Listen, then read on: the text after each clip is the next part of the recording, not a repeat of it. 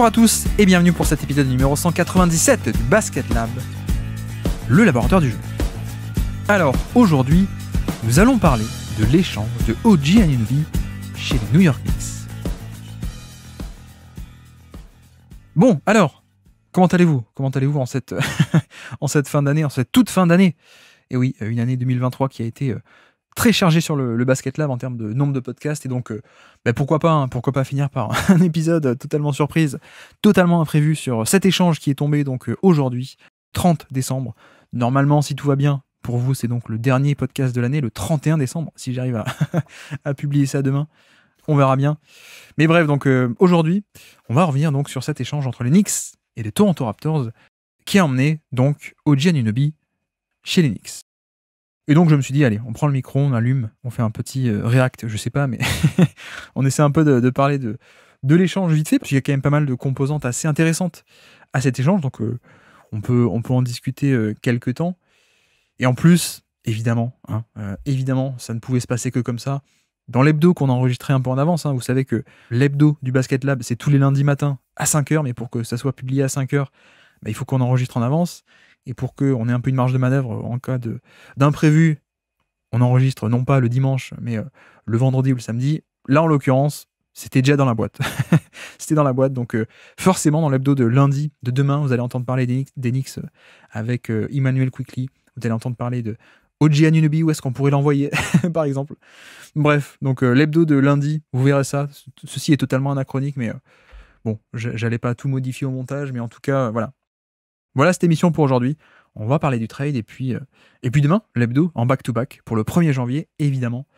Voilà pour votre programme et aujourd'hui, on va parler de cet échange sous toutes les coutures. Ah oui, et d'ailleurs, pour compléter, j'ai reposté sur notre flux secondaire, vous savez, le flux dédié spécialement au format court. J'ai reposté donc les profils de Anunoby, de Quickley et de RJ Barrett qu'on a fait cet été dans le top 100, sur la syllabe, notre top 100 qu'on a fait cet été, donc. Les petits extraits sont sur le flux secondaire, si ça vous dit.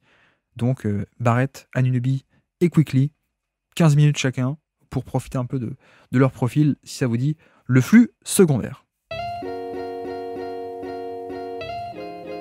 Donc, aujourd'hui, dans notre laboratoire de recherche sur le jeu, on va parler de l'échange de OG Anunoby chez les New York Knicks. Bienvenue dans le Basket Lab.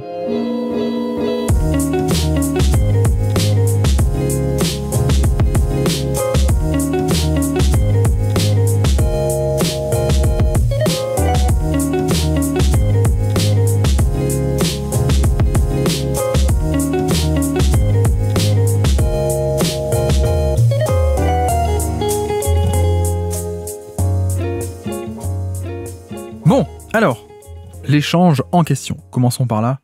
L'échange, nous sommes donc avec les New York Knicks qui reçoivent OG Anunoby, évidemment, pièce principale de ce trade. Precious Achiuwa aussi, vous savez, le forward / pivot qui était à Toronto depuis quelques temps. Le jeune, d'ailleurs, il est encore jeune. Et puis Malachi Flynn aussi est inclus dans cet échange.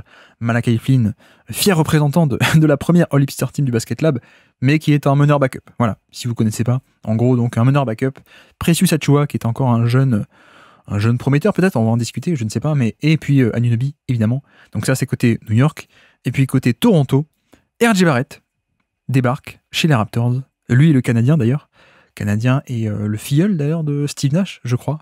Et le fils de Rowan Barrett, aussi, un joueur NBA, je sais pas, mais bref, donc je me perds déjà, pardon. RJ Barrett, le Canadien, retrouve le Canada, donc RJ Barrett aux Raptors, qui reçoivent aussi Immanuel Quickley. Immanuel, pas Emmanuel, Immanuel Quickley, et un deuxième tour de draft. Voilà, donc, voilà grosso modo pour l'échange. Et donc, qu'est-ce qu'on peut en dire de tout ça?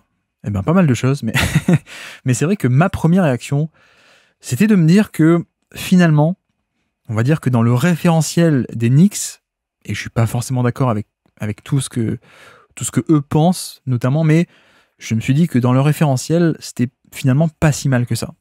C'était même plutôt pas mal. Parce que déjà, tu reçois un excellent joueur en OG Anunoby, qui a certaines limites, mais qui mine de rien est pas mal. Et d'ailleurs, tant que j'y pense, je crois que dans notre top 100 qu'on a fait l'été dernier, c'était effectivement le joueur le classé le plus haut, des trois, bien sûr. Je crois qu'il devait être autour de la 60e place, OG.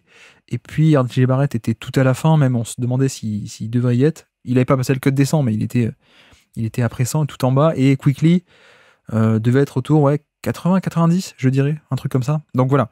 Évidemment, déjà, New York a, en gros, le meilleur joueur dans l'histoire. Mais à la limite, bon, c'est pas trop comme ça que j'aime réfléchir d'habitude en termes d'échange. Et vous allez voir qu'il y a pas mal de complexité, en tout cas de nuances sur cet échange.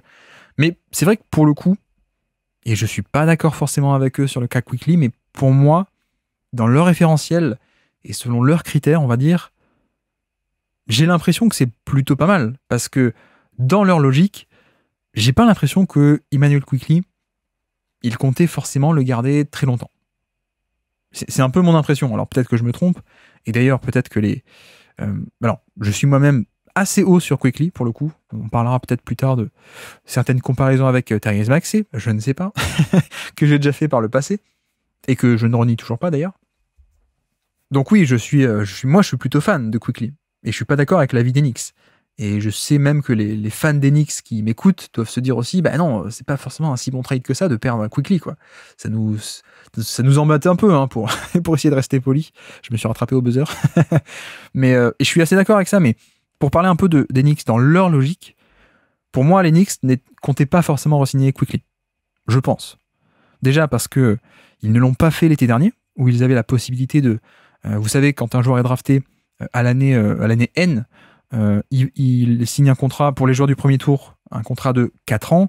Il devient donc free agent à l'année N+4, mais à l'année N+3, avant d'être même sur le marché, il peut négocier en interne une prolongation de contrat anticipée. Et donc, c'était le cas de Quickley, qui aurait pu donc, dès l'été 2023, drafté en 2020, il aurait pu signer une prolongation de contrat anticipée. Et c'est ce que pas mal de joueurs font, en général. Pas tous, évidemment, mais pas mal. Et on a vu des rumeurs comme quoi, et des bruits, et des infos comme quoi ça traînait un peu, et finalement ça s'est pas fait. Donc, en plus de ça, on rajoute aussi le fait que, bon, je sais pas si on peut appeler ça des frictions, mais en tout cas, un désaccord entre les deux camps, entre Quickley et la franchise, et cette saison, en plus, de surcroît, nous avons un Quickley qui a un peu perdu sa place dans la rotation, alors pas complètement, mais il a quand même perdu un peu son statut. Donc, bon, il y aurait plein d'indicateurs comme ça d'indices qu'on pourrait évoquer, mais moi, je pense que, sans doute que les Knicks n'avaient pas une vision peut-être aussi bonne que nous de Quickley, pas dans leur projet en tout cas. Peut-être qu'ils croient en leur potentiel, peut-être même autant que nous, mais peut-être aussi qu'il y a une urgence un peu on veut essayer de gagner vite, je ne sais pas, mais en tout cas, disons que, voilà, imaginons, plaçons-nous dans leurs chaussures, pardon, j'ai pas l'expression. Mettons-nous à leur place, voilà, c'est mieux.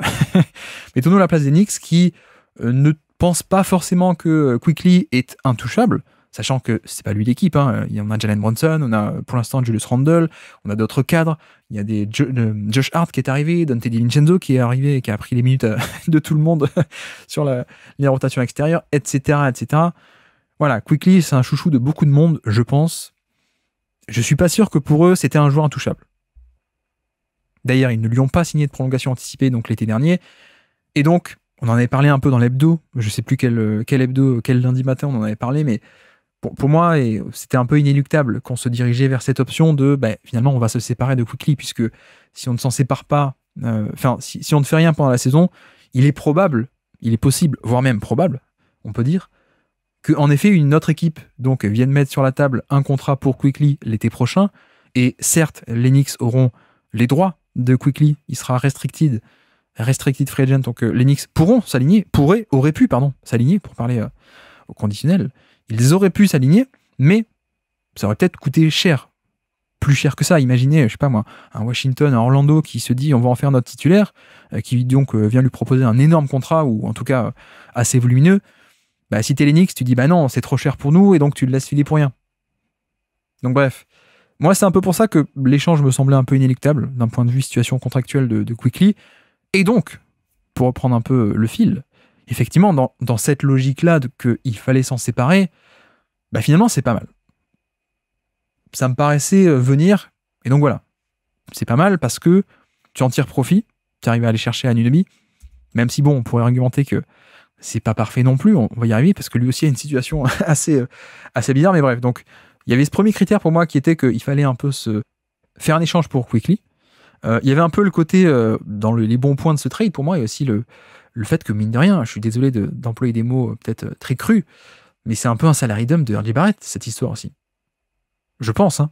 Et ça peut peut-être paraître très, très méchant, avec une connotation très négative, et en effet, mais je pense qu'on n'est pas loin d'un salary dump de RJ Barrett qui avait été prolongé il n'y a pas longtemps, mais qui clairement avait un contrat de taille disproportionnée pour le niveau de production et le niveau de jeu, tout simplement, du joueur. Donc, en ce sens-là, c'est vrai que Quickley, c'est le chouchou de beaucoup, et moi y compris, d'accord, mais en même temps, ça restait qu'un joueur de banc pour l'instant, alors très important, hein, qui flirtait avec les 30 minutes par match l'an dernier, mais c'était pas un élément essentiel. RJ Barrett, qui était plutôt, pour moi, sans doute pas loin d'une valeur négative, voire même nettement une valeur négative selon les passages. Bon, mais voilà, tu remplaces ces deux-là par un joueur qui, à mon avis, va pouvoir gratter avec Thibodeau les 38 minutes par match sur la fin de saison, être un titulaire et clairement le meilleur joueur de tout ce lot-là, quoi. Donc voilà, ça, pour moi, c'est quand même pas mal des bons points. Bon, pour Quickley, c'est surtout dans la logique Tenix, mais le fait de se débarrasser de Barrett, pour moi, c'est pas mal. Le fait évidemment, on parlait de Anunoby, mais c'est un renfort, je pense, de taille pour les playoffs, au moins pour cette année. Et puis l'autre, parmi les premières réactions que j'ai eues, c'était de me dire, attention, en tout cas non pas attention, mais ça va tomber à Toronto. Là, pour moi, c'est le premier domino. Ça faisait 1 an, 2 ans, 3 ans qu'on se disait, est-ce que Toronto est vendeur ou pas? D'ailleurs, vous allez entendre dans l'hebdo de demain, je crois qu'on le redit encore, mais est-ce que Toronto est vendeur ou pas? On en a parlé aussi la semaine dernière quand Baptiste nous avait fait le scouting de Scottie Barnes. Justement, on avait un peu parlé des Raptors, on se disait, mais qu'est-ce qu'ils veulent faire les Raptors? Est-ce que vraiment ils veulent continuer une énième fois à être une équipe du ventre mou, du play-in, ou alors qu'ils font un premier tour de play-off, ou est-ce qu'enfin ils font, on fait tout péter, on reconstruit? Là, je pense que ça y est, c'est le premier domino.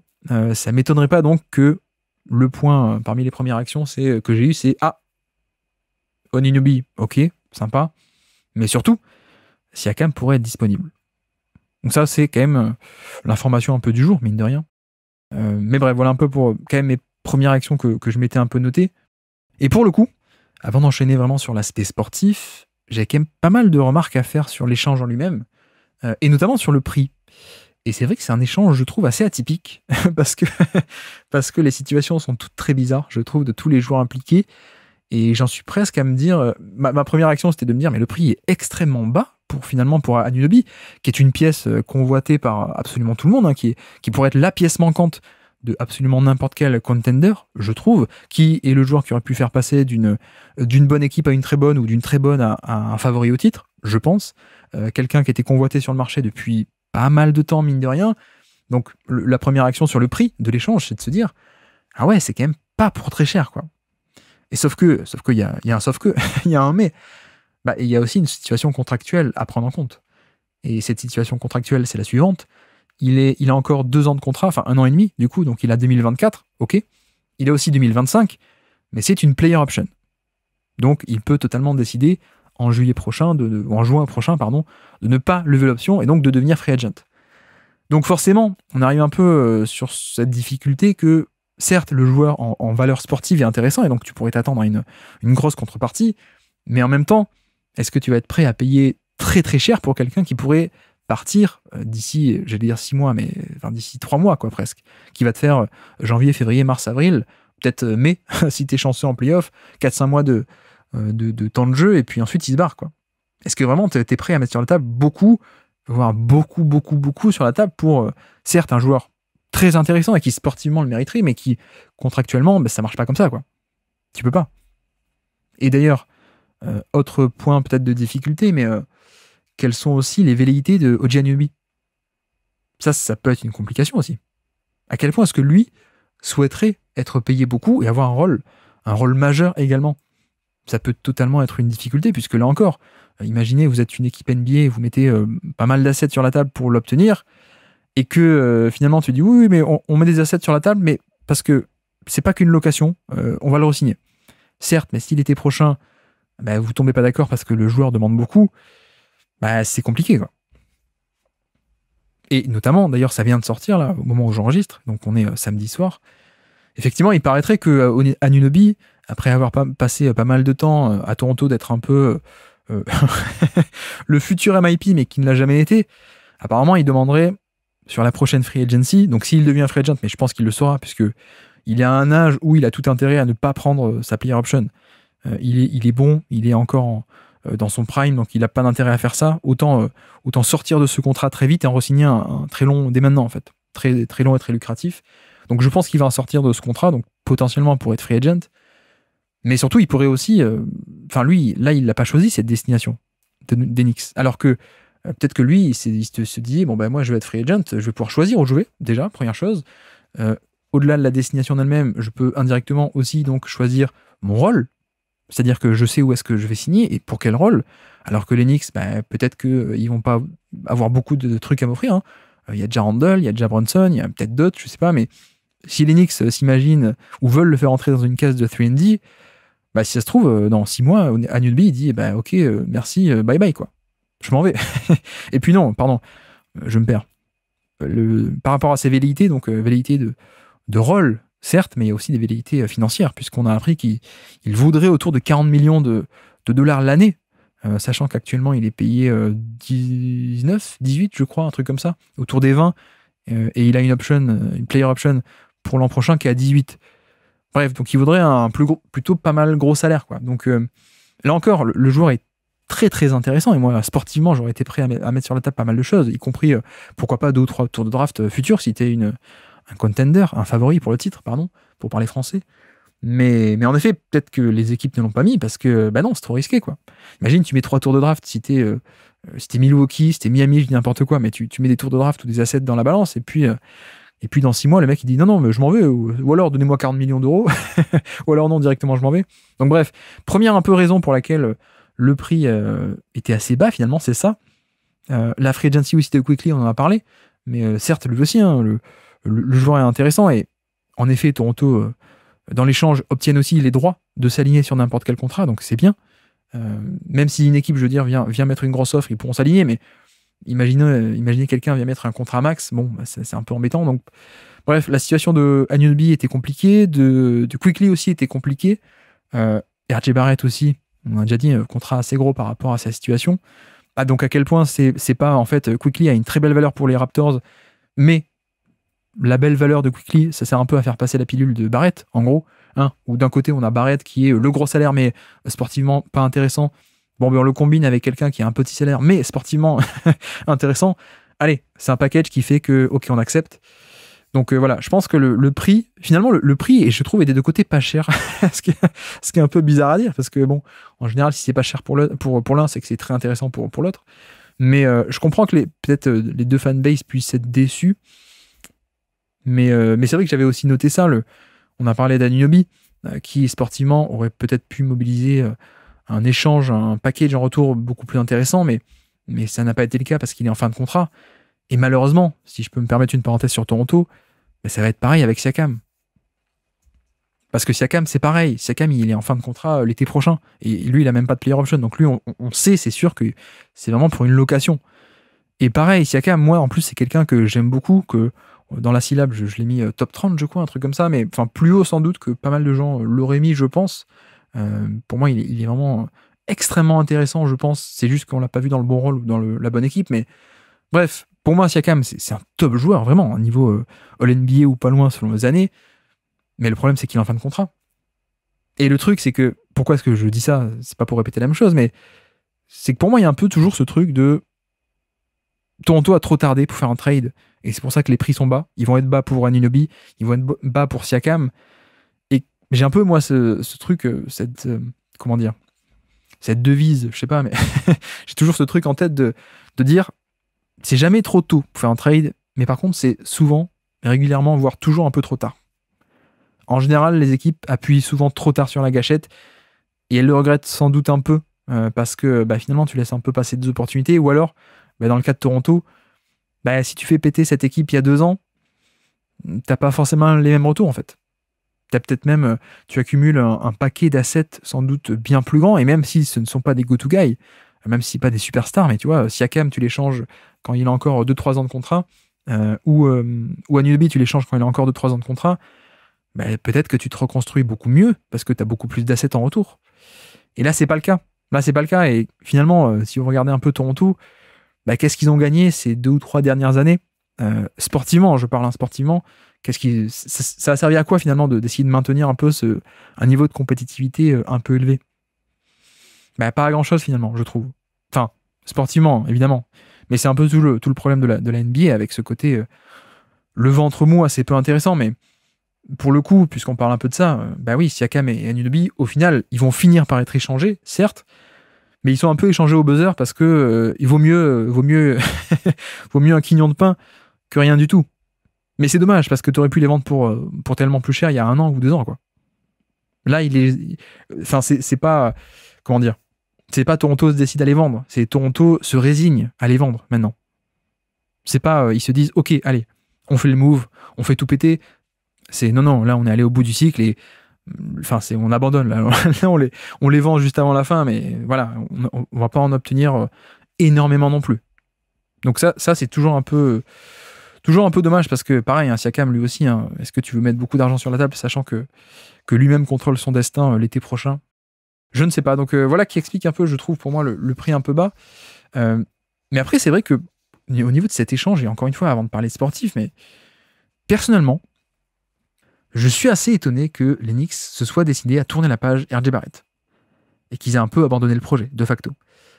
Et autant, enfin, pas forcément parce que j'étais pas d'accord, au contraire, mais je suis plutôt étonné que eux l'aient été aussi, parce on était tous un peu d'accord, en tout cas beaucoup d'entre nous à dire, bon, ben Barrett, c'est compliqué quand même, il y a quand même pas mal de faiblesses, ou en tout cas des imperfections majeures, et surtout d'ailleurs pour le rôle qu'il a, le minutage qu'il a, le volume offensif qu'il a, et le salaire qu'il a.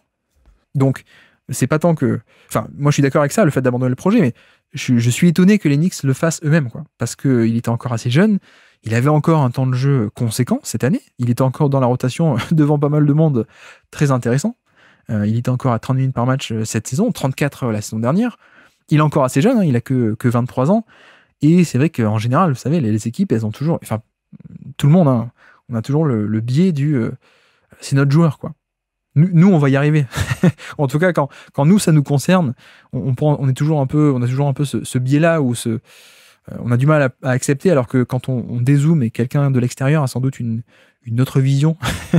Mais c'est vrai que de ce point de vue-là, j'étais un peu étonné que les Knicks abandonnent le projet. Si j'avais dû parier, j'aurais plutôt misé que New York fasse traîner l'affaire et insiste encore et encore pendant 2-3 ans. Donc au final, moi qui suis pas très fan de Barrett, au final, c'est plutôt pas mal. Mais j'avoue que, voilà, un peu pêle-mêle les notes que je m'étais fait, j'étais un peu étonné de ça. J'étais un peu étonné et je m'attendais pas à ce que ça tombe. Je m'attendais pas du tout à ce que ça tombe. J'aurais été surpris, moins surpris en tout cas, si ça avait été Barrett plus d'autres salaires pour une méga star. J'aurais dit, bon, ok. Mais là, ouais, là, c'est vraiment, on abandonne le projet et on passe à autre chose. On va passer à d'autres joueurs, notamment dans la rotation. Donc, effectivement, je suis assez étonné de ça. On verra ce qu'il fera à Toronto, mais voilà, au moins New York se débarrasse de Barrett. Ça, c'est plutôt pas mal sportivement pour l'instant, je trouve, à ce stade de son développement. Et j'ai aussi été étonné de la manière dont il a été utilisé, puisque effectivement, je m'attendais plutôt à ce que New York le mette un peu dans un package avec Evan Fournier. En termes de salaire, hein, notamment, parce que je me disais, Fournier, c'est autour des 20 millions, il joue plus du tout. RJ Barrett, il est autour des 20-30 millions, je crois. Enfin bref, tu aurais pu faire un package assez gros pour aller chercher un gros salaire. Et donc un gros joueur, par extension, évidemment. Et je m'étais dit, même pourquoi pas Zach LaVine, en fait. Ça faisait quelques temps qu'on se posait la question de Zach LaVine, qui a des liens avec les Lakers, mais on se posait un peu la question de est-ce que Zach LaVine contre Fournier et Barrett, par exemple, ce serait pas une possibilité? Ou alors, enfin... Zach LaVine par exemple plus Alex Caruso ou un truc comme ça, ou je sais pas, je dis n'importe quoi, mais j'aurais bien vu RJ Barrett utilisé comme ça dans un package comme ça. Et en fait là tout à l'heure je me suis rendu compte d'un truc que j'avais oublié dans ces fameuses rumeurs Zach LaVine aux Knicks. En fait non, parce que qui est le coach des Knicks? C'est Tom Thibodeau. Déjà Tom Thibodeau il aime bien la défense, c'est pas forcément le fort de Zach LaVine, mais souvenez-vous, qui est l'homme qui a échangé, qui est le GM qui a échangé Zach LaVine depuis les Timberwolves jusque vers les Bulls? C'était un certain Tom Thibodeau, pour le coup, qu'il a échangé en 2017. Il a joué 1 an sous les ordres de Thibodeau, et puis ensuite il a échangé dans le fameux échange contre Butler, et Lauri Markkanen plus Zach LaVine allait à Chicago. Donc voilà, peut-être que, en effet, peut-être qu'on se trompait sur la rumeur de Zach LaVine aux Knicks, en effet. Mais c'est vrai que ça me fait penser à un autre truc par rapport à cet échange, c'est que, en parlant de Thibodeau, justement à Minnesota, je sais pas si vous vous souvenez, mais on a eu cette ère, deuxième partie des années 2010, où on a testé un peu les fameux postes de GM/coach. Donc les entraîneurs qui avaient aussi cette double casquette de faire GM. La logique derrière étant le fameux, hein, les bonnes vieilles expressions et métaphores simplistes à l'ancienne de dire « Eh, mais si c'est moi qui prépare le repas, c'est à moi à choisir les ingrédients. » Bon, certes, ça a l'air peut-être de la sagesse des anciens, très simple, vous savez, qui pourrait s'appliquer, mais non, en fait, c'est un peu plus compliqué. Et le défaut, alors on avait eu des Stan Van Gundy à Détroit qui avait fait ça, on avait eu Doc Rivers aussi qui avait eu un peu cette double casquette, et donc Doc Rivers aux Clippers, et Tom Thibodeau aux Timberwolves. Et le problème, c'est qu'en fait, et pourquoi j'en parle, vous allez voir, c'est que quand on a un peu cette double casquette, enfin, il y a une raison pour laquelle les deux casquettes sont un peu portées par deux personnes différentes, c'est-à-dire le coach, c'est je dois faire mon équipe la meilleure possible, évidemment, mais par contre, le GM, il n'est pas forcément sur la même échelle de temps. Il est plutôt sur une échelle de temps plus globale et plus large, plus longue, et pas forcément sur le court terme d'un coach qui veut gagner. Donc, le défaut de cette double casquette GM-coach, c'est que souvent, le coach, en position de GM, faisait des choix qui étaient très court-termistes. Vraiment très court-termistes, et ça pouvait un peu heurter un peu le futur de la franchise. Et pourquoi je parle de ça ?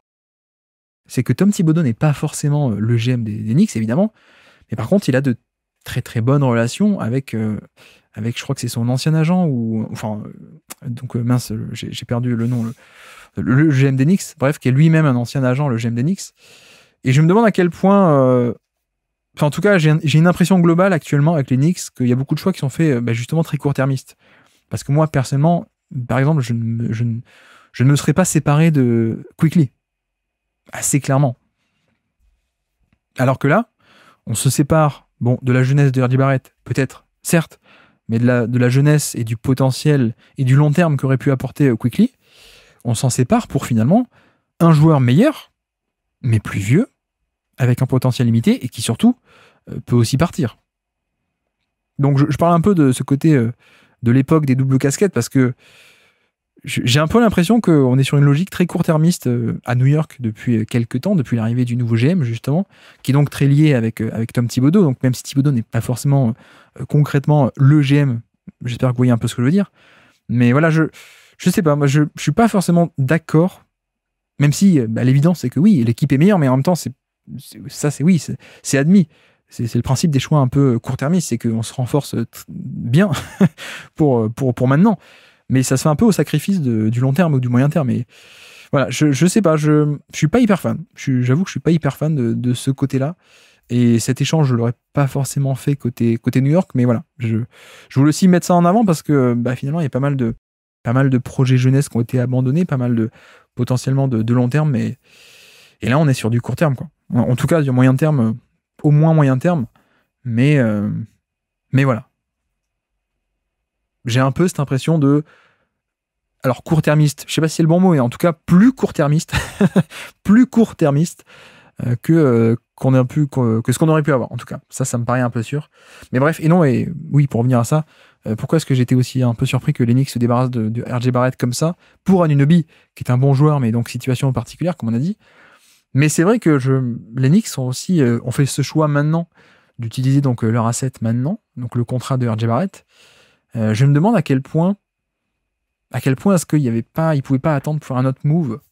Est-ce qu'il n'y aurait pas eu d'autres opportunités peut-être un peu plus tard? Et c'est toujours un peu le dilemme, hein, c'est est-ce que je fais le move maintenant et je dépense mes assets maintenant, mais ensuite je vais me mordre les doigts, ou alors est-ce que j'attends et finalement un peu comme Danny Ainge à Boston, hein, finalement j'attends tellement que le bon coup il vient jamais, quoi, parce que je ne les dépense pas, les assets. Donc c'est un peu toujours le dilemme.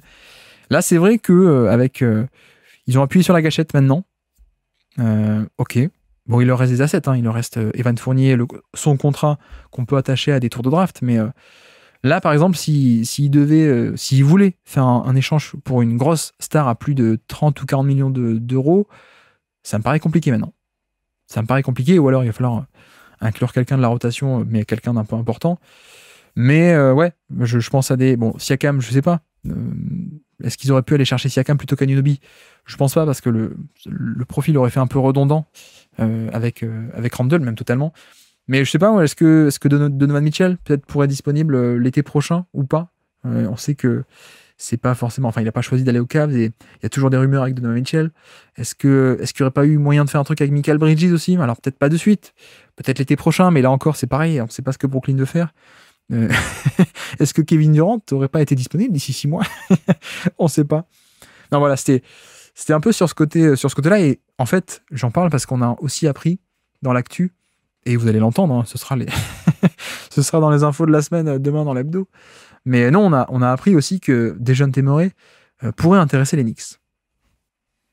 Et c'est vrai que de prime abord, l'info il y a quelques jours aurait pu un peu étonner, et d'ailleurs moi elle m'étonnait. Mais c'est vrai que comme disait notre fidèle assez parlé de moi sur le Discord qui le faisait remonter, le tweet de certains insiders qui nous disaient bah, du coup, à la lumière de cet échange d'Anunoby qui vient de se faire, qui vient de se réaliser, est-ce que finalement la rumeur de faire venir ensuite Dejounte Murray, elle serait pas un peu plus crédible? Peut-être, je ne sais pas. Moi, là encore, hein, Dejounte Murray, c'est un peu comme RJ Barrett, je suis pas très fan. Murray, pour le coup, il est sous contrat encore jusqu'en 2028, avec une player option en 2028, mais donc c'est quand même pas mal de temps, avec pas mal d'argent, hein, 25, 27, 29 millions, et donc 31 millions la player option en 2028.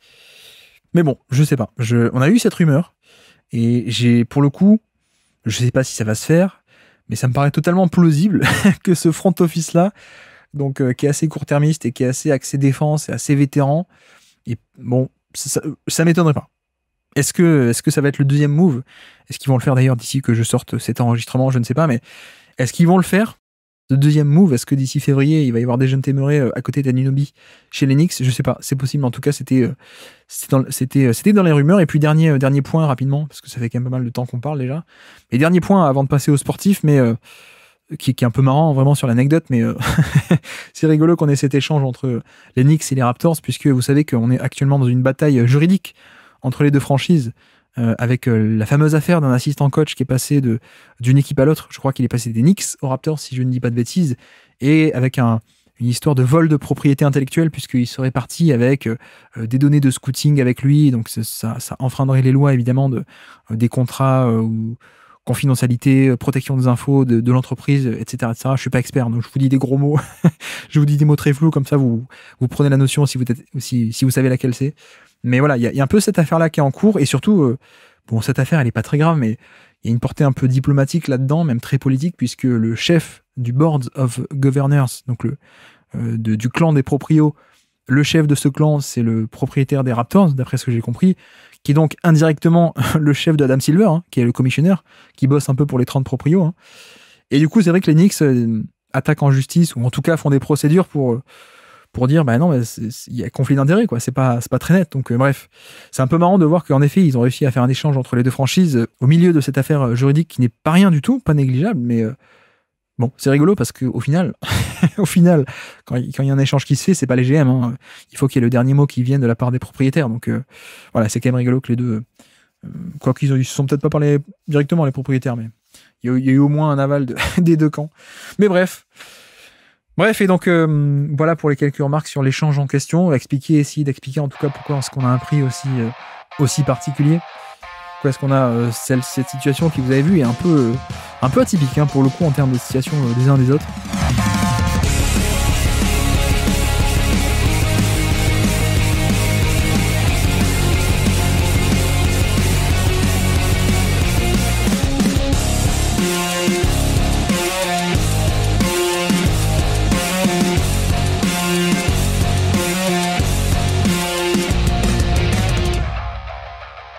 Mais donc, pour passer un peu sur l'aspect sportif, qui nous intéresse sans doute le plus, déjà la première question sans doute à se poser pour moi, c'est pourquoi est-ce que les Knicks se sont séparés de RJ Barrett?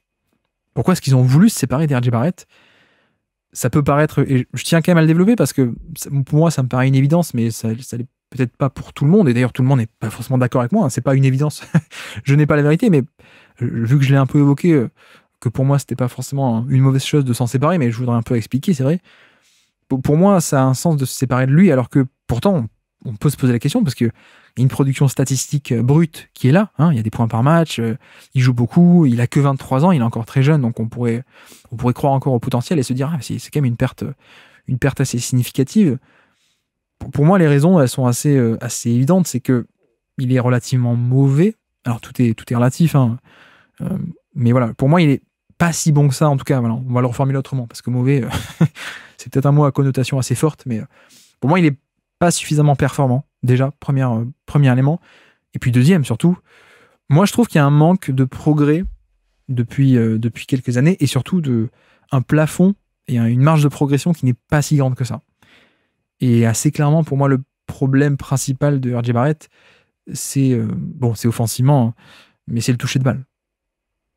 Pour moi, c'est le gros souci de son profil qu'on avait évoqué à la draft, d'ailleurs, puisqu'à l'époque, c'était l'époque de l'écho des parquets, où on avait fait un podcast de 3h30 sur RJ Barrett. Mais non, mais le problème principal de son profil, c'est ça pour moi, c'est le toucher de balle, parce que ça découle un peu sur tous les domaines du jeu offensif, en fait. Enfin, sur tous les domaines du scoring, en tout cas. Mais clairement, on a affaire à quelqu'un qui est un scoreur, certes, dans son profil, mais qui ne score pas bien, en vérité. Et c'est là tout le problème. Et le problème pour moi, c'est qu'on a affaire à un joueur qui est inefficace, mais de surcroît, inefficace sur du volume, en plus. Donc, plus tu augmentes le volume, en étant inefficace, plus il y a de la valeur qui fuit, en fait. Hein. C'est très mécanique. Et pour vous dire quelques chiffres, donc on est sur du 27% d'usage, donc le fameux usage, donc un volume de responsabilité, c'est, on va dire, une deuxième option d'équipe, on va dire. C'est pas mal comme usage, hein, pour le coup. Et on est à 92 de true shooting plus. Donc, comme d'habitude, le true shooting plus, désolé de répéter, mais l'efficacité individuelle par rapport à la moyenne, et donc 92 par rapport à 100, la moyenne qui est fixée à 100, et donc 92, cette année, il est moins 8%, en tout cas 8% moins efficace que la moyenne NBA. Et moins 8%, c'est beaucoup. C'est vraiment beaucoup. Et pour le coup, c'est pas non plus une anomalie en carrière, hein, parce que RJ Barrett, c'est l'an dernier 91, donc moins 9%, 90 l'année d'avant, donc moins 10%, 94 l'année d'encore avant, et puis son année rookie, c'était 85 même. Et vous voyez, même là, je le répète assez souvent, mais les porteurs de balles ont toujours des chiffres d'inefficacité quand ils arrivent en NBA. Ok. Mais là, on est sur une inefficacité qui est record. Enfin, 85, c'est pas la norme de l'inefficacité des jeunes porteurs de balles. D'habitude, on va dire que la majorité des porteurs de balles inefficaces, ils sont 4 ou 5%, 6%, 7% en dessous de la moyenne. Là, on est à moins 15. C'est énormissime, mais c'est là-dessus où quand vous avez quelqu'un qui est rookie et qui a un indicateur aussi bas dès la première année, en général, c'est que en carrière, ça va pas monter très haut. En général, hein. On peut penser dans des exemples récents à Killian Hayes, par exemple. Je crois que Dennis Smith était comme ça. Jalen Suggs, on verra à quel point est-ce qu'il peut augmenter, mais lui aussi, il part de très très bas. Enfin bref. Donc on a vraiment affaire à un joueur inefficace, et j'insiste d'ailleurs parce que, comment dire, c'est pas qu'il n'est pas efficace, c'est qu'il est inefficace. Alors vous me prenez pour un fou, mais je veux dire, c'est pas seulement qu'il score en étant, il est pas efficace dans le sens, il est pas il a pas une valeur très positive en termes d'efficacité, genre il est pas à plus 5, plus 6, plus 10, il est seulement au niveau de la moyenne. Non, c'est pas ça. Et parfois, on fait par abus de langage, parfois je dis, lui, il est pas efficace, ça veut dire, il est juste au niveau moyen de NBA. Non, là, il est pas efficace, il est inefficace. Il est moins 10% par rapport à la moyenne NBA en termes de scoring, sur un volume qui n'est pas du tout négligeable. Donc forcément, pour moi, il y a beaucoup de valeur qui fuit. Le fameux coup d'opportunité, hein, comme on dit à chaque fois, c'est-à-dire, tu lui donnes plein de tirs, mais qu'est-ce qu'il en fait? Il donne un rendement de scoring et de rentabilité qui est moins bon que la moyenne. Donc c'est pas rentable comme histoire, en fait. C'est ça un peu le problème. Et en plus du scoring et des chiffres d'efficacité en elles-mêmes, je trouve que dans le jeu, il y a aussi beaucoup de limitations, et aussi tactiquement, parce que même quand lui n'a pas la balle, par exemple, ça pose beaucoup de problèmes de spacing. Il n'a pas aussi non plus beaucoup de jeux sans ballon. Donc c'est un porteur de balle, c'est un scoreur inefficace, et qui en plus n'optimise pas bien des RJ Barrett ou des Jalen Brunson, les stars de l'équipe. Bon, c'est un peu un problème. Et en effet, pour moi, pourquoi est-ce qu'ils s'en séparent? C'est parce que je pense qu'il y a sans doute un plafond assez bas, et ce plafond, je l'explique encore une fois, je le répète à chaque fois, mais pour moi, c'est le toucher de balle qui est un peu le problème d'RJ Barrett, parce qu'il a vraiment un toucher de balle assez mauvais, et ce que j'appelle le toucher, c'est le doigté, la finition, la précision pure, on peut dire, et ça se retrouve un peu partout dans son jeu, c'est-à-dire sur le shoot, évidemment. Ses shoots ne rentrent pas parce qu'il n'a pas cette précision et ce doigté, ce toucher. Et ça se retrouve aussi sur les autres types de tirs, comme des drives ou des trucs comme ça. Et donc, pour dire des chiffres un peu concrets, hein, au niveau des... l'an dernier, pas cette année parce que l'échantillon est encore trop faible, mais l'an dernier, par exemple, il était à 32% sur des catch and shoot. 32%. La moyenne des catch and shoot, elle doit être autour des 37, 38, je pense, parce que vous savez que les catch and shoot, c'est plus efficace que les 3 points en général. Donc il était largement moins efficace que la moyenne sur les catch and shoot l'an dernier, en prenant plus de 4 par match, je crois. De tête, hein, c'est pour ça que je dis je crois, pardon. En carrière, j'ai noté 34% sur tous les 3 points. Donc 34% en carrière à 3 points, on est en dessous de la moyenne, sachant que l'indicateur des lancers francs, qui est lui aussi une conséquence de ce toucher de balle, hein, il est à 72%, ce qui n'est pas bon du tout. Il est aussi, l'an dernier, il était aussi à 28% sur les longs tirs de points. Donc bref, on a quelqu'un qui n'a pas ce toucher de balle. Il a beaucoup de points par match, il a pas mal de points par match parce qu'il y a du volume. Et donc, oui, il marque des points, mais parce qu'en fait, il va utiliser 2 ou 3 cartouches pour les mettre en panier, là où la majorité des joueurs, ils vont en utiliser 1 ou 1,5, quoi. Si on doit résumer grosso modo. Et pourquoi est-ce que ça se voit pas? C'est parce que, ok, à la fin, il a mis 10 paniers, mais sauf qu'en fait, il a dû utiliser 30 cartouches, quoi. Et le problème, c'est qu'on lui donne ces cartouches-là. Donc bref, on a un peu ce toucher de balle qui se voit sur le jump shot, où en effet, pour moi, il y a des limitations. Et on parle pas de... C'est pour ça que le potentiel est limité et que les Knicks en sont séparés et ont abandonné ce projet. Et RJ Barrett, c'est que pour moi, le potentiel est assez limité de ce point de vue-là. Et puis, sur drive également, il n'a pas ce toucher de balle en fin de drive. Pour le coup, en termes d'efficacité en fin des drives, il est à 1,10 points par tir tenté quand on met les lay-up plus lancer franc combiné. 1,10 sur les gros drivers, donc plus de 10 par match en NBA, il était 34e sur 48. Ce qui, pour le coup, n'est pas catastrophique, hein. Mais c'est aussi, et surtout parce qu'en fait, il est quand même pas mal pour attirer les fautes. Et c'est même la plus grande force de son jeu, pour moi, c'est ça.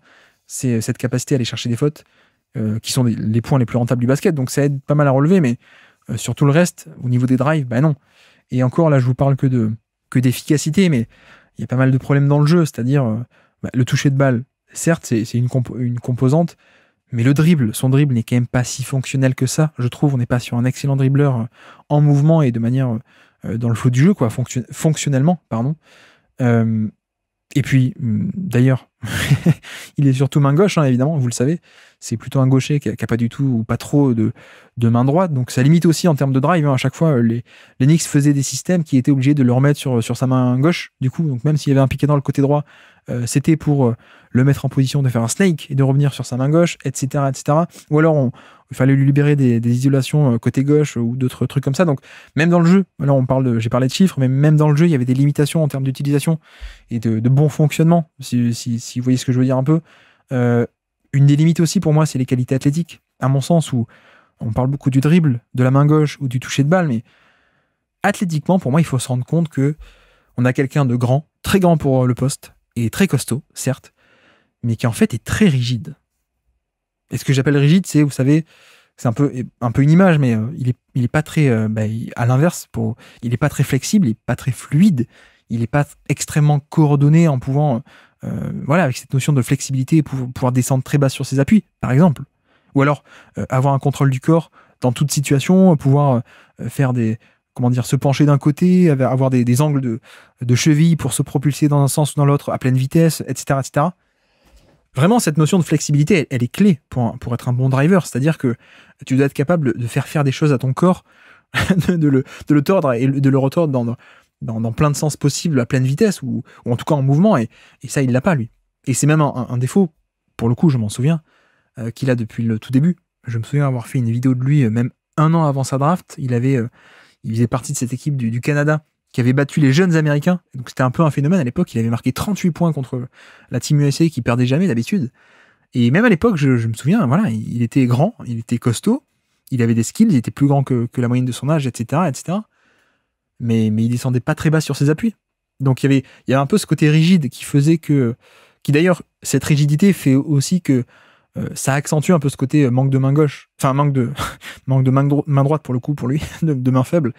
C'est quelqu'un de très mécanique finalement, très robotique, on peut dire.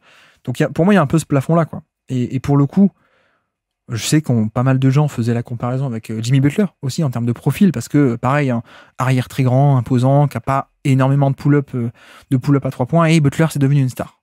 Ok.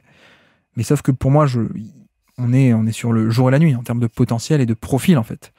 Certes, au-delà des mensurations de taille et de la puissance, ok. Mais en fait, Jimmy Butler, c'est un athlète justement, et même précisément, d'une coordination, d'une fluidité et d'une flexibilité absolument phénoménale. Et qui a des années-lumière de ce que peut faire Barrett. Donc il y a cette première différence pour moi. Le toucher de balle aussi. Butler a un toucher de balle assez fabuleux, même si ça se retranscrit pas sur des jump shots avec une portée de tir très très élevée. C'est pas forcément beaucoup de pull-up à 3 points, Butler, mais c'est un excellentissime jump shooter, notamment un peu plus proche du panier. Et puis, Butler aussi, c'est des instincts de jeu, intelligence et instinct de très très haut niveau. Et ça, Barrett l'a pas à ce même niveau. Donc voilà, c'est aussi pour ça que moi, je comprends. Ça peut paraître étonnant pour beaucoup, parce qu'encore une fois, il y a la production, elle est là pour l'instant, et elle a été là depuis toujours. Et RJ Barrett a toujours produit en termes de chiffres bruts, comme beaucoup aiment bien, les points par match, etc. Mais pour moi, il y a clairement un plafond finalement assez bas en l'état de RJ Barrett, enfin pas qu'en l'état du coup, mais je pense qu'on a un plafond assez limité. Donc c'est pour ça que j'ai sans doute moins de mal à comprendre que certains le pourquoi les Knicks se séparent et abandonnent le projet RJ Barrett, qui était déjà un joueur installé en NBA, qui a que 23 ans. Voilà, pour moi, il y a un peu cette partie-là, c'est que j'ai du mal à voir le potentiel. Et je pense que c'est un peu ce qui a motivé cet échange. Et puis, on n'en a même pas parlé, mais Barrett, c'est un scoreur, mais qui score de manière peu efficace, mais c'est aussi un non-passeur. En tout cas, pas quelqu'un qui va avoir une énorme plus-value du tout en termes de création et de playmaking pour autrui, déjà. Même si moi, je l'aime plutôt pas mal, il y a toujours des bons passages, mais il a parfois une vision tunnel, il fait parfois des mauvais choix en termes de lucidité, et même pour l'instant, NBA, ça n'a pas du tout été un créateur. On verra, hein, peut-être qu'à Toronto, ils vont le tester un peu plus dans cette veine-là, et moi, je pense qu'il a de bons atouts. C'est pas Butler, mais il a de bons instincts, donc il y a de quoi développer, mais pour l'instant, bon, c'est pas non plus... je pense pas que les Knicks abandonnent un projet genre superstar de création playmaking. Et puis, il y a la défense aussi. La défense qui est passable, mais c'est pas non plus fantastique, donc... Voilà, quand on met un peu tout ça mis bout à bout, pas de passing, scoring inefficace, et même au-delà de l'inefficacité dans le jeu, un scoring qui se combinait pas bien du tout avec Brunson et Randle, bah oui, voilà pourquoi les Knicks ont fait ce choix de se séparer de RJ Barrett, je pense en tout cas.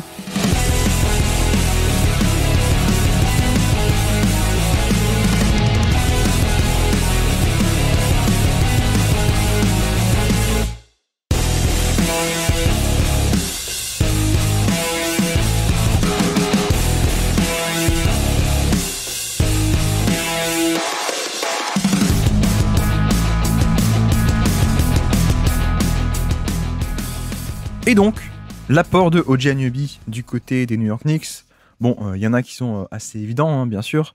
Déjà, c'est le meilleur joueur du trade, hein, si vous aimez bien réfléchir au trade de cette manière. Donc il y a ça.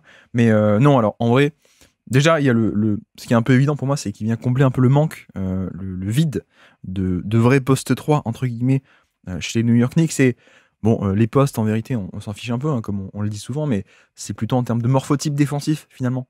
C'est peut-être là encore d'ailleurs que les postes existent encore pas mal, c'est au niveau défensif, c'est de ce point de vue-là, et en effet, ça manquait un peu côté Knicks, puisqu'on a quand même une flopée d'arrière d'ailleurs qui n'avaient pas tous autant de temps de jeu qu'on aurait voulu, mais par contre il manquait un peu de poste 3, autant Josh Hart est excellentissime dans plein des domaines, mais c'est vrai que on est plutôt sur le morphotype 6-4, 6-5 de taille, plutôt que le vrai 6-7 ou 6-8, le gros ailier imposant.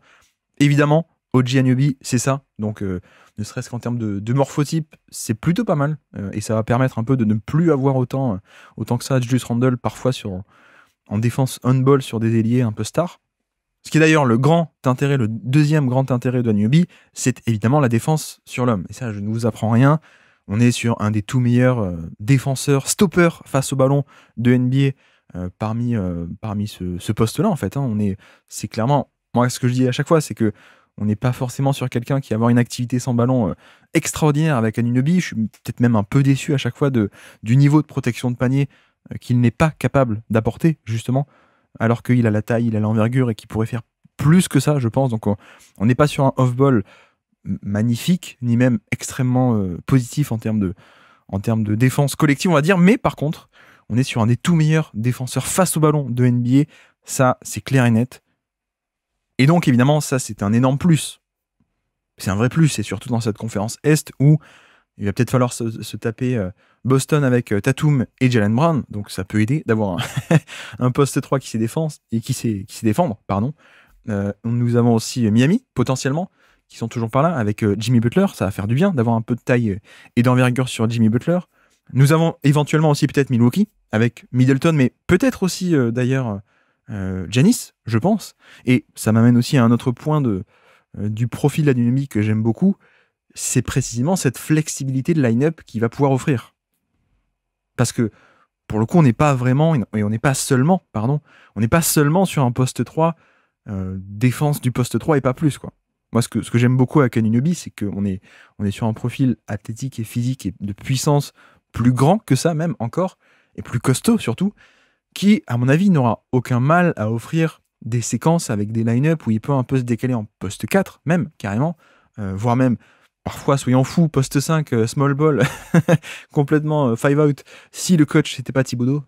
Vu que c'est Thibodeau, j'y crois moyen, pour le coup. Mais non, pour moi, il y a un peu cette flexibilité de line-up qui est intéressante, parce qu'il peut tout autant jouer en finisseur poste 3 à côté de Randle et d'un pivot, donc Hartenstein par exemple, mais il peut aussi se décaler en poste 4 à mon avis, et surtout donc défensivement, qu'est-ce qu'on veut dire concrètement quand on dit il se décale? Ça veut dire que pour moi il peut totalement défendre en homme à homme sur des joueurs plus costauds en fait, et notamment Antetokounmpo. Moi j'aurais aucun mal à le laisser sur lui en cas de série de playoffs par exemple, et vaut mieux lui que Randle, très clairement. En tout cas, il vaut mieux avoir les deux, hein, mais il vaut mieux avoir Anunoby que Julius Randle sur Giannis. Donc, voilà. Il y a quand même plein de configurations possibles où, pour moi, on a ce morphotype défensif qui pourra s'occuper des 3, pourquoi pas aussi des 4, offrir donc des configurations aussi de line-up, disais-je, où il peut être un peu plus décalé vers le poste 4, voire 5, mais bon, surtout 4, et surtout donc offrir de la défense, mais offrir également, dans le même temps, du shooting. Et donc des line-up un peu plus avec un peu plus de spacing. Parce que Anunoby en 4, ça permet d'imaginer Anunoby en 4 plus 3 shooters, ou alors carrément Anunoby en 5 plus 4 shooters. Ah oui, de suite, c'est quand même très intéressant. Donc on a évidemment ce côté, l'apport défensif, le morphotype, la flexibilité aussi de line-up qu'il peut offrir. Il fait partie un peu de ces postes 3, un peu comme il y a lui, Harrison Barnes, que j'aime bien aussi comme ça, qui peuvent aussi offrir cette diversité de line-up possibles différents et de configurations différentes. Donc ça, c'est assez intéressant, je trouve. Et je pense qu'avoir un poste 4 et des line-up avec un poste 4 qui shoot, ça peut pas faire de mal à l'attaque des Knicks qui n'est pas aussi bonne que ça cette année, contrairement à l'an passé. Donc voilà, ça c'est un peu les points évidents. Un point un peu moins évident, mais que peut-être on peut expliciter, c'est le fait que on remplace un joueur majeur qui avait un temps de jeu majeur, qui était donc R.J. Barrett sur des lignes arrière, on le remplace par quelqu'un qui, précisément, est sur un poste différent. Et qui n'existait pas un peu dans le spectre des positions et des joueurs disponibles à New York. C'est intéressant parce que, en fait, on avait des lignes arrière déjà bouchées côté New York, et donc on remplace un gros titulaire à l'arrière par quelqu'un qui est plutôt un poste 3, 3-4. Et là où c'est intéressant, c'est que on échange un titulaire contre un titulaire, mais surtout on échange quelqu'un qui va pouvoir prendre la place, une autre place en fait. Et donc, pourquoi est-ce que je dis ça? C'est que ça va pouvoir permettre de jouer plus et de débloquer aussi, de moins se retenir sur les minutes de Donte DiVincenzo à l'arrière, de Josh Hart aussi, qui pour moi est un poste 2-3 plus tôt, donc ça va permettre aussi de le faire jouer un peu plus, Josh Hart, et surtout Quentin Grimes, qui, rappelons-le, mais il y a encore un truc dont on parle dans l'hebdo de demain, mais non, Quentin Grimes avait un peu perdu sa place pour l'instant cette saison. J'irai pas jusqu'à parler d'Evan Fournier, qui je pense va partir, mais Grimes, oui. Quentin Grimes, en effet, il était passé l'an dernier de titulaire bien établi à cette année, finalement, il avait perdu sa place dans la rotation. Donc Donc là, le fait qu'on remplace Barrett, qui était un poste 2, qui prenait un peu les minutes de DiVincenzo, de Josh Hart, et surtout de Quentin Grimes, tu remplaces un joueur majeur sur ce poste-là par un joueur majeur sur un autre poste, bah ouais, du coup, beaucoup plus facilement, tu vas pouvoir réintégrer dans la rotation Grimes et refaire jouer un peu plus encore DiVincenzo et Josh Hart. Donc, de ce point de vue-là, en termes de gestion des assets, entre guillemets, en tout cas de qui est disponible et à quel poste, c'est un meilleur équilibre, je trouve. Parce que c'est vrai que le début de saison, on avait des lignes arrière très talentueuses, mais justement un peu trop situées et concentrées sur l'arrière. Et voilà. Là, c'est un peu une meilleure réorganisation. Et moi, ça va pas me déranger hein, si on va de nouveau avoir DiVincenzo et Grimes à chacun 28 minutes par match, voire plus d'ailleurs. Voilà, pour moi, c'est un peu mieux. C'est tout de même un peu mieux, c'est qu'on remplace Barrett qui était arrière par un vrai ailier, du coup, même ailier fort. Donc, meilleure répartition des minutes, sans doute. On va pouvoir revoir le vrai Quentin Grimes, j'espère en tout cas. C'est un peu mon souhait et c'est aussi une des conséquences indirectes de ce trade et du départ de RJ Barrett, finalement. Et puis, il faut dire aussi qu'on a affaire avec Anunoby. J'en ai parlé déjà, donc je ne veux pas refaire tout le refrain et j'en parle assez régulièrement, mais effectivement, moi, je reste un peu sur ma faim avec Anunoby sur tout ce qui est défense sans ballon. Parce que j'estime qu'il y a des ailiers, notamment Robert Covington, par exemple, Nicolas Batum, ou des joueurs comme ça, Torrey Craig, qui, en termes de défense sans ballon, sont quand même de top niveau, avec pourtant des outils physiques et athlétiques qui sont pas si différents que ça, voire même un peu moins bien. Covington, oui, ou Torrey Craig, on a de vrais joueurs sans ballon, de défenseurs sans ballon, qui sont très bons sur la défense du panier, notamment les rotations en deuxième rideau, etc. etc. C'est vrai que moi, Anunoby, je reste un peu sur ma faim là-dessus, parce qu'il était, en plus, lui, il est à ce point grand et à ce point long, enfin, il est extrêmement massif, et pourtant, il n'a pas ce truc. Il n'a pas, mais parce que voilà, justement, c'est pas que le physique, il y a aussi un aspect cérébral, il y a aussi une manière de jouer, en fait. Hein. Et lui, donc, il n'a pas la protection du panier dont on pourrait rêver, on peut dire, pour son profil. Ok. Bon, une fois qu'on a dit cette petite nuance, il reste tout de même donc évidemment la défense on-ball qui est parmi les tout meilleurs stoppers de NBA, certes, mais il y a aussi pour moi un point important qui est le playmaking défensif. Pour moi, on a affaire à un des tout meilleurs playmakers défensifs, donc un des meilleurs joueurs en défense à NBA qui est capable de créer des turnovers adverses, même si donc pour le coup ça va pas se faire sur des lectures de jeu sans ballon par un volume défensif sans ballon énorme, mais plutôt en fait, Anunoby, c'est quelqu'un qui a des mains absolument phénoménales. Il a des mains défensives, comme on dit, phénoménales, où il est capable, déjà elles sont énormes ses mains, elles sont très vives et très, très puissantes, et donc il est capable en fait d'arracher pas mal de ballons directement des mains de l'adversaire.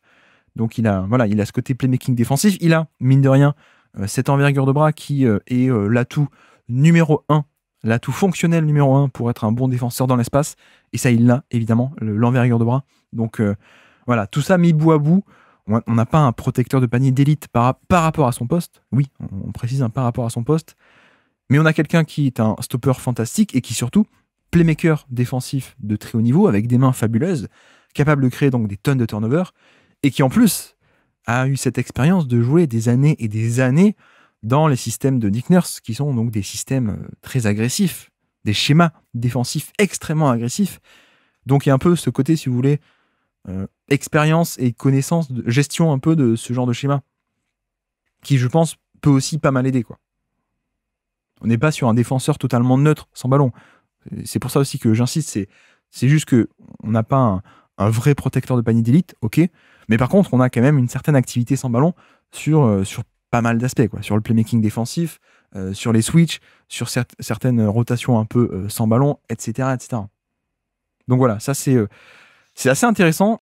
Après, c'est vrai que si on doit un peu faire la transition vers le côté offensif du terrain, c'est sans doute là que moi je suis un peu plus bas que la moyenne, en tout cas plus bas que certaines attentes. Peut-être on peut le formuler comme ça, dans le sens où il y a toujours un peu d'ailleurs ce running gag de OG Anunoby, ça va être le MIP cette année, mais on le dit depuis, je crois qu'on le dit littéralement depuis la saison 2020, puisqu'il avait été absent du titre en 2019, pas gros temps de jeu, pas gros statut, des blessures, etc. Bref.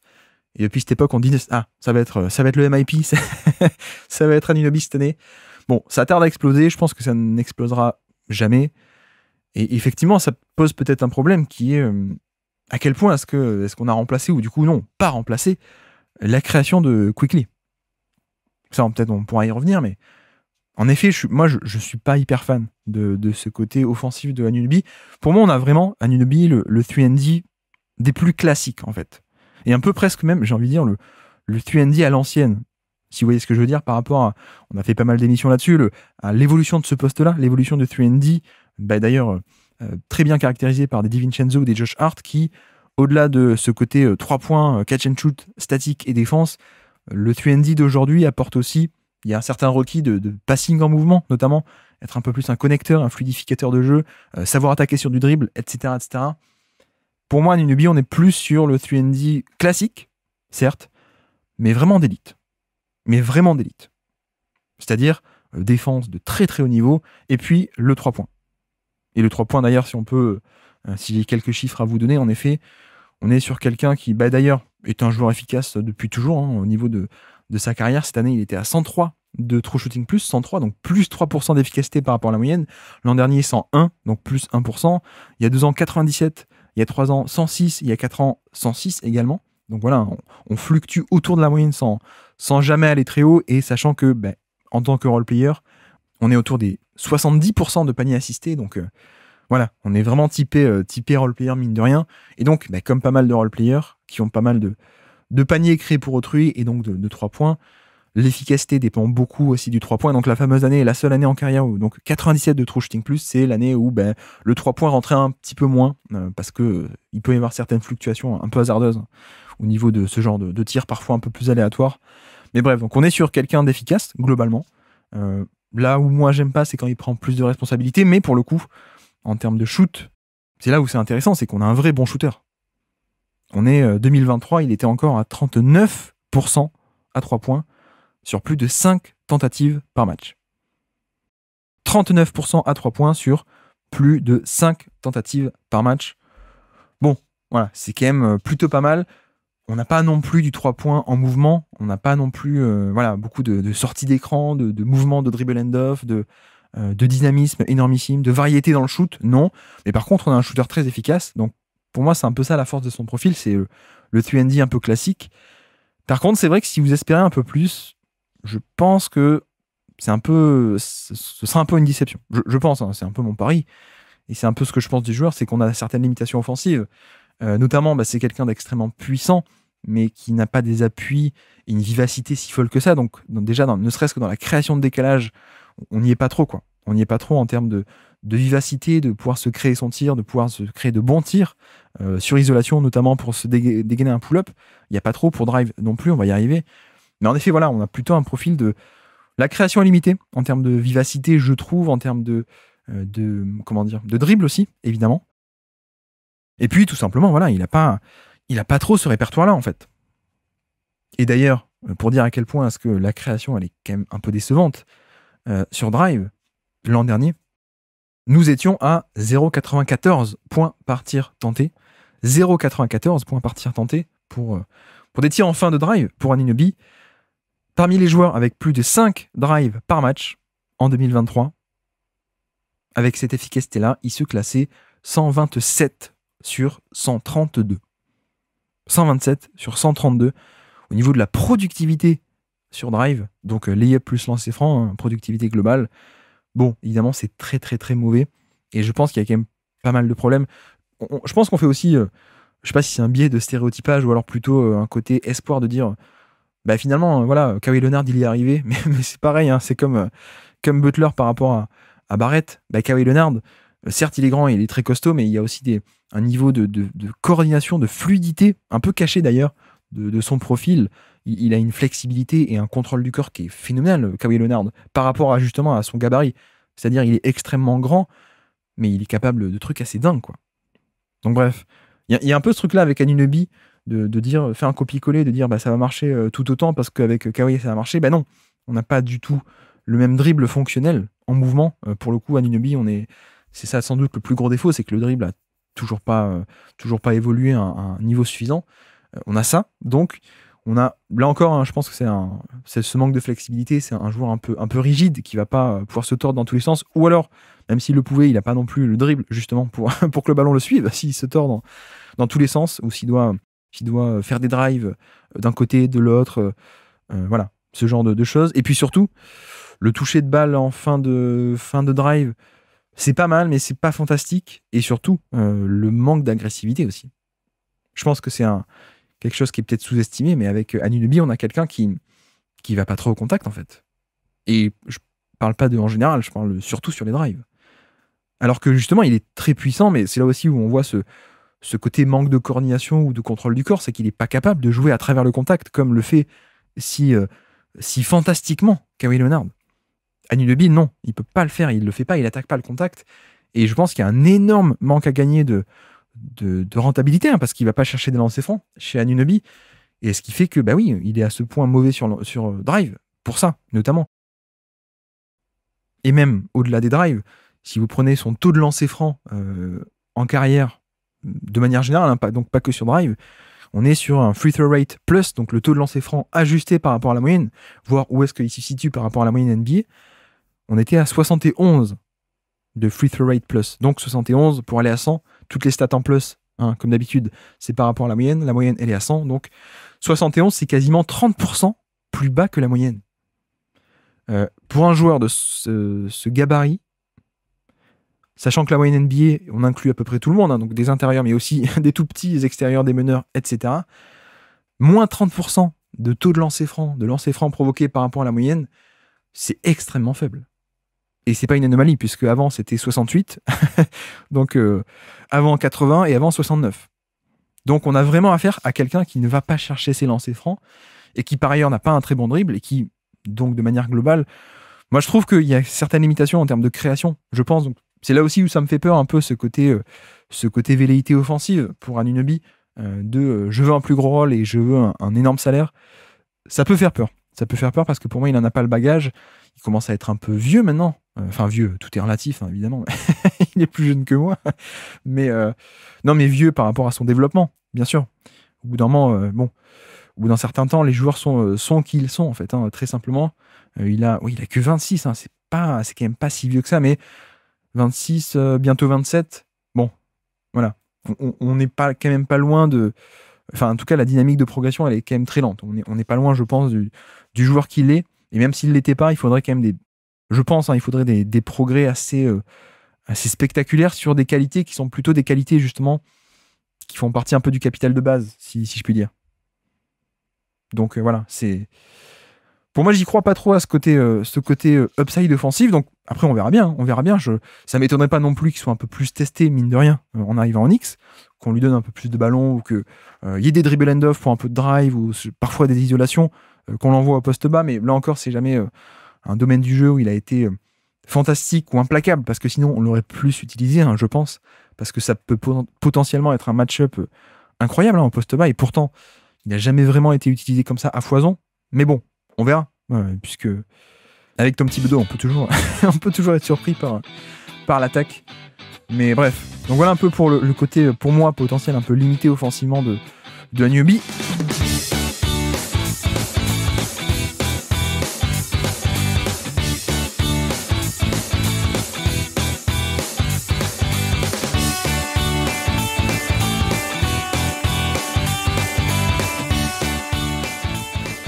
Et c'est vrai que le problème dans cette histoire, c'est que qu'est-ce qu'il en est de la création offensive qui arrive dans cet échange?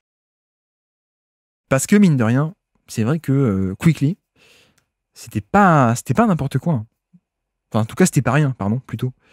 Et finalement, il n'y a pas trop de création qui revient dans cet échange. Si on admet, un peu comme moi, si on part de ce principe que Anunoby, ce sera pas trop là pour créer l'attaque. Ni pour lui, d'ailleurs, ni pour les autres, hein, je l'ai pas dit, mais on n'est pas sur un passeur créateur du tout. Donc voilà, ça aussi, ça rajoute. Et au final, c'est vrai que, bon, Quickley, c'était pas non plus un passeur à énorme volume, par exemple. Mais pour moi, il y avait une vraie notion de création d'attaque, de par la création de décalage qu'il pouvait faire, de par son dynamisme aussi, en tant que joueur.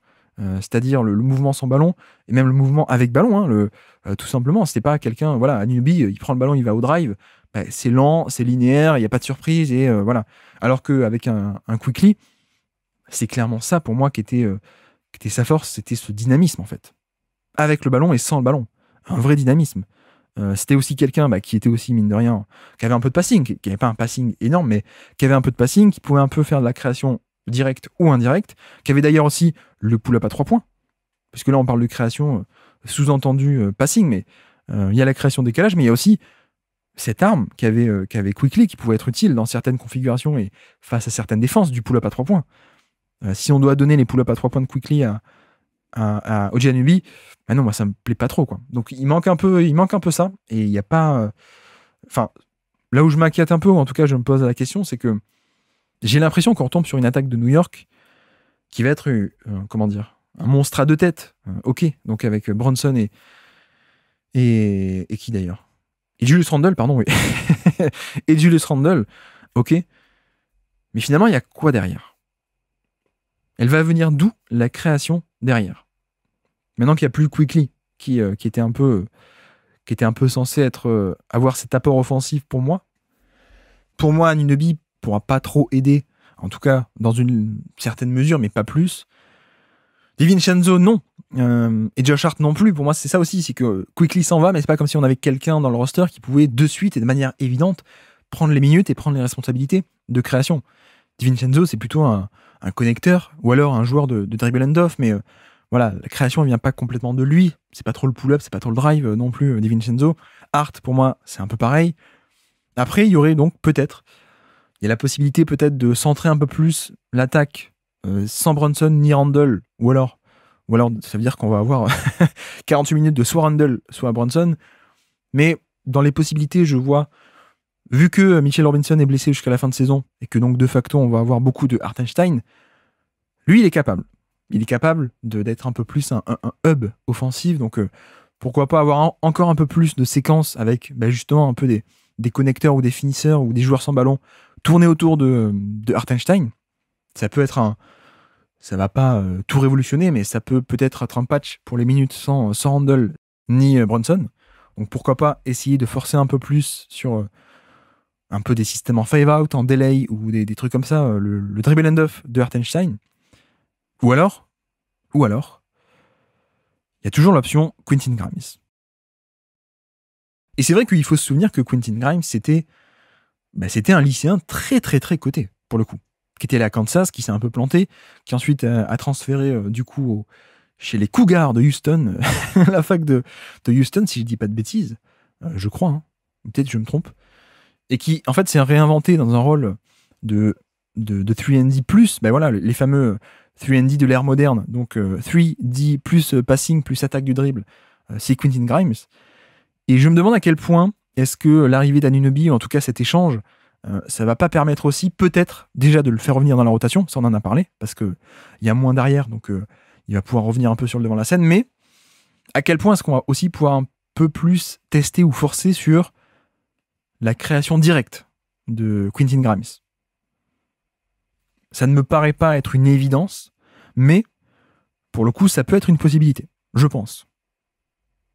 C'est pas obligé que ça marche, hein. C'est même pas obligé que Thibodeau y croit ou le fasse, mais pour moi, c'est une possibilité. Donc, on verra. Mais bon, comme dit, hein, on n'est pas dans le domaine du probable, donc globalement, parmi les grands points de cet échange, pour moi, il y a quand même la perte de création offensive, de perdre Quickley, en fait. Il y a la perte aussi de création offensive de Barrett, mais bon, c'est moins grave parce qu'il était moins efficace sur tous les ballons qu'il mobilisait. Et voilà, et même au-delà de l'efficacité pour lui-même, c'était pas un créateur de jeu fantastique. Donc, bon, ça, c'est pas grave de perdre cette création-là, mais par contre, celle de Quickley, c'est vrai que ça faisait quand même pas mal de bien, quoi. Et d'ailleurs, vous verrez que Azad nous parle demain dans l'hebdo, dans ce podcast, le Basket Lab, qui est totalement anachronique, mais Azad nous parle aussi des fameuses séquences Brunson et Quickley. C'est vrai que ça faisait du bien, ça aussi. Et ça, il n'y a pas trop de remplacement, quoi. Parce que DiVincenzo, encore une fois, c'est pas ça. Mais bon, peut-être Quentin Grimes. On sait pas. Mais en tout cas, perte de création offensive à noter, et on verra, parce qu'on verra aussi à quel point peut-être le bonus défensif peut pas compenser. C'est-à-dire que quand tu fais un échange, certes, en fait, tu fais un compromis. C'est-à-dire que oui, j'ai conscience que je vais perdre en attaque, mais si ça se trouve, le surplus de défense que je vais ajouter avec Anunoby, peut-être qu'en un sens, ça va compenser, voire même surpasser. Donc, tout est question de compromis, évidemment. On verra. Mais ça me paraît pas un point si négligeable que ça. En tout cas, cette création offensive qui s'en va côté New York. Donc, à suivre. Et puis, 2 mots, je ne sais pas, j'essaie de pas faire trop long, mais Malachi Flynn, bon, il y a quand même certaines limitations de profil. On a quand même, depuis 2 ans, 3 ans, on avait eu une bonne saison en 2021, un peu de l'explosion, entre guillemets, toute relative. Depuis, ça met un peu de temps. On n'est pas sur un profil évident, hein. Sinon d'ailleurs, il serait pas sur les All-Star Team, hein. Il serait un vrai joueur NBA d'ailleurs déjà. Mais ouais, au moins il sera là pour tenir la balle, au moins. J'ai trouvé pas mal de bonnes séquences de passing cette année qu'on lui connaissait pas forcément, mais a priori on est plus sur un meneur gestionnaire très classique, hein. Et c'est pas très grave parce que le poste de meneur backup, c'est justement le poste où il faut pas trop investir de l'argent. C'est un autre thème, on y reviendra un autre jour. Mais voilà, au moins il pourrait faire le nombre. Défensivement, a priori, on est quand même sur quelqu'un de compétent, hein, pour le coup, donc ça c'est bien, ça va plaire à Thibodeau. Après, le problème, c'est le shot, pardon. Le jump shot et le tir, parce que il a un petit pull-up depuis la fac, mais le tir a du mal à rentrer depuis son arrivée en NBA. Donc, en théorie, il y aurait un catch and shoot. En pratique, ça n'a jamais été fantastique, donc voilà pour Malachi Flynn. Et pour Precious Achiuwa, moi, c'est quelqu'un que j'aimais bien. Alors, il faut se souvenir, c'était un des pivots, un des intérieurs de l'équipe de la fac de Memphis, où il y avait James Wiseman. Et je me souviens à l'époque, pas mal de gens sur la draft que je respecte, que je trouve pertinent, qui disaient que finalement, entre Wiseman et Achiuwa, c'était pas évident quand même lequel était meilleur, alors que Wiseman a été premier choix de la draft. Ou non, premier. Enfin, en tout cas, attendu, pardon, premier choix de la draft. Non, il a été deuxième, je crois. Puisque le premier, c'était Anthony Edwards. Le problème de Achiuwa, c'est profil physique et athlétique bluffant. Mais alors, mais sans doute le meilleur athlète de NBA ou pas loin. Mais le problème, c'est qu'il me rappelle beaucoup Kenneth Farid. Malheureusement. C'est-à-dire, Farid était à l'époque, pareil, hein, le meilleur athlète de NBA, mais sur tout le reste, ça coinçait un peu, quoi. Et notamment, il avait des qualités athlétiques fabuleuses, mais pas forcément, encore une fois, j'utilise ce mot, pas forcément fonctionnel. Parce que il n'avait pas la technique, il n'avait pas la manière de faire pour les exploiter, ces qualités. Donc en défense, c'est la technique, la façon d'orienter ses appuis. En attaque, c'est le dribble, c'est la façon de se mouvoir, comment se positionner, etc., etc., etc. Achiuwa me rappelle un peu Farid, parce que physiquement et athlétiquement, c'est extraordinaire. Ce qui aide aussi, c'est que d'ailleurs, je crois que à la base, c'était plutôt un extérieur qui a grandi très tard d'un coup. Donc, on a un peu le côté taille, très grande taille, qui est venu se rajouter à quelqu'un qui avait déjà développé justement tout ce qui est coordination, flexibilité pour la taille, etc., etc. Donc, athlétiquement, c'est fabuleux, mais on reste toujours sur notre fin au niveau de l'apport réel des fondamentaux, de la discipline. On est clairement plus sur, on va dire, un forward intérieur de switch, plus qu'un vrai intérieur, je pense, qui va pouvoir faire la protection du panier et autres trucs de ce type. Et puis, le jackpot avec lui, ça a toujours été de se dire, ah, mais en plus, il a un jump shot. En tout cas, il a le début d'un jump shot. Et à ce moment-là, c'est vrai que ça pourrait faire un truc incroyable, parce que profil athlétique fabuleux, du dribble, un peu de dribble, mine de rien, pour sa taille, parce qu'encore une fois, il a grandi en tant qu'extérieur avant de grandir d'un coup. Et puis, un jump shot qui a l'air assez bien visuellement et qui a l'air d'avoir les bons fondamentaux, mais le problème, c'est que ça rentre pas du tout, quoi. C'est un peu ça le problème. Et je crois que... Alors, je vais revérifier, pardon, de mémoire. On est sur un 31% à 3 points en carrière, en NBA. Donc, le 3 points rentre pas, et surtout au niveau indicateur lancé franc, on parlait de toucher de balle aujourd'hui. Il est à 60%. Precious Achiuwa, 60% au lancer franc. Donc, voilà. À l'époque, j'étais très fan quand il se fait drafter par Miami. Ensuite, il vient à Toronto dans l'échange de Kyle Lowry. Et il y avait un peu ce côté profil théorique fabuleux, mais ça tarde un peu à se concrétiser. Mais au moins, bon, soit il va pas jouer du tout, et tout ça, ce que je dis, ne sert à rien. Soit il va jouer, et il fera un peu... il fera acte de présence, et il fera le nombre, vous savez, parce que avec les blessures de New York, donc Mitchell Robinson, c'est vrai que... Et d'ailleurs Jericho Sims aussi, c'est un peu short au niveau de la rotation, donc au moins ça fait un body en plus, comme disent les Américains. Donc voilà pour le côté New York, et pour Toronto, finalement. Bon, j'ai déjà pas mal parlé de Barrett. J'ai parlé de son profil en longueur, de pourquoi moi j'estime qu'il y a un potentiel limité, donc c'est pour ça que les Knicks se sont séparés de Barrett, parce que finalement le potentiel n'est pas si extraordinaire que ça. Je pense tout de même qu'il peut y avoir un peu d'upside. Je pense. Vis-à-vis notamment des manières dont il peut être utilisé. Je pense qu'on peut, avec le bon coach et avec une créativité tactique un peu plus grande, on peut imaginer gratter pas mal de valeur. Je pense notamment Barrett en tant que utilisé au poste bas, par exemple. Barrett utilisé en tant que poseur d'écran, d'ailleurs, qu'on n'a pas tant vu que ça, mais c'est un profil physique qui est tellement intéressant que ça pourrait valoir le coup de le faire. D'ailleurs, ça me rappelle, quand on a parlé de son cas avec N5 sur la syllabe, il faisait un peu la comparaison avec Aaron Gordon qui s'est réinventé dans un rôle différent et tactiquement un peu différemment. C'est vrai que ça pourrait convenir, je pense. Donc, à voir aussi à quel point est-ce que tactiquement, vu son profil un peu très puissant et assez grand, est-ce qu'on peut pas être un peu plus créatif en fait sur son profil et l'utiliser de manière un peu différente? Donc voilà, je pense qu'il y aurait de quoi faire en termes de polyvalence, mais j'ai des doutes au niveau du côté porteur de balle, créateur et l'upside de ce point de vue-là. Après, ça m'étonnerait pas qu'il soit passé au révélateur. Ça ne m'étonnerait pas qu'on essaye de lui offrir, quoique c'est Toronto, mais vous allez me dire, mais j'aimerais bien le voir déjà plus souvent et dans un meilleur spacing. Pourquoi pas? Là, je pense qu'on va avoir pas mal de Barrett avec un très fort taux d'usage passé au révélateur. Et puis, donc, un autre qui pourrait être passé au révélateur, c'est Quickley. Et lui, pour le coup, je pense que ça m'étonnerait pas que d'un coup, on se retrouve avec un Quickley qui est à 28, 29, 30% d'usage.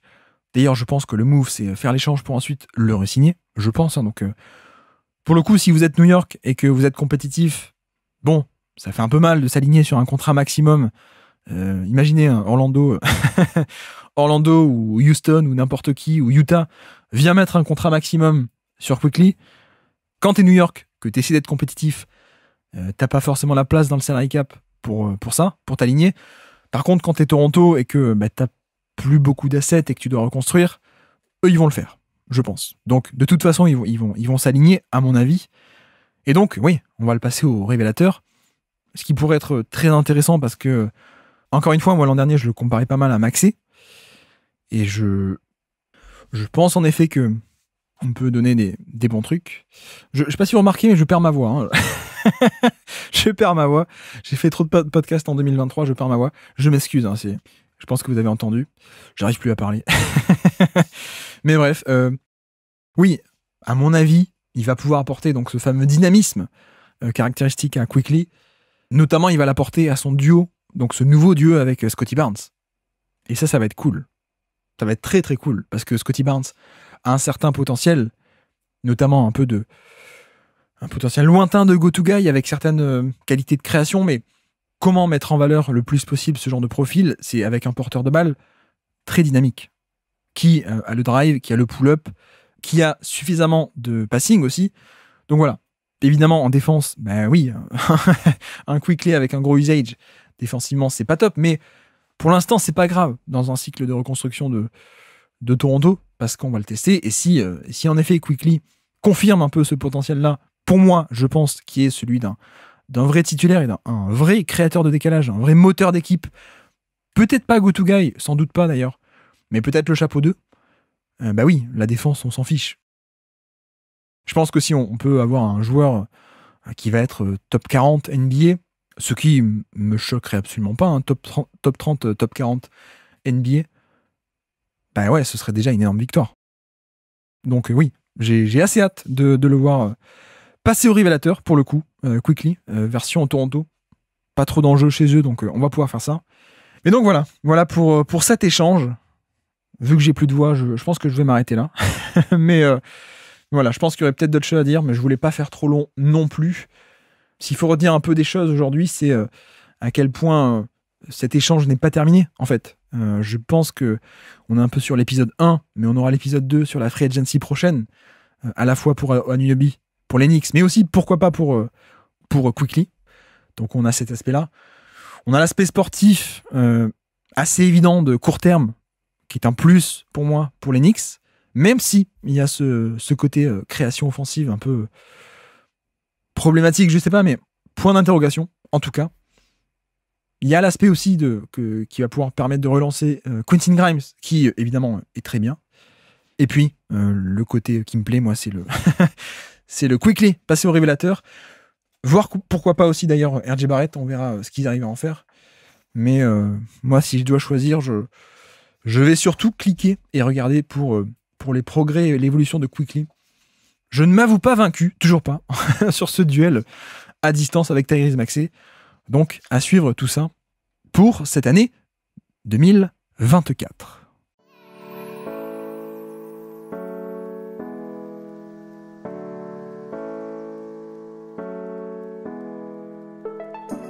Merci à tous d'avoir suivi cet épisode, j'espère que ça vous aura plu. Et j'espère que j'ai encore assez de voix pour faire cette outro.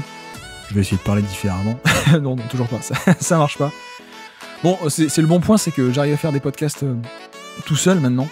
En tout cas, avec un temps de production un peu largement plus bas que si je devais faire 8 heures de montage. Mais donc, nouvelle problématique, c'est que si j'arrive à parler tout seul sans m'arrêter, bah du coup, je perds ma voix. Bon, on va dire que c'est une évolution. On n'est pas encore à l'étape finale, mais on est à l'étape numéro 2. Non, mais en plus, je pense que je suis malade, donc ça n'aide pas. Bref, j'en dis pas plus, je vous laisse. J'espère que vous allez passer un bon réveillon. Si vous écoutez le 31, j'espère que vous passez une bonne année, si vous écoutez ça après le 1er janvier.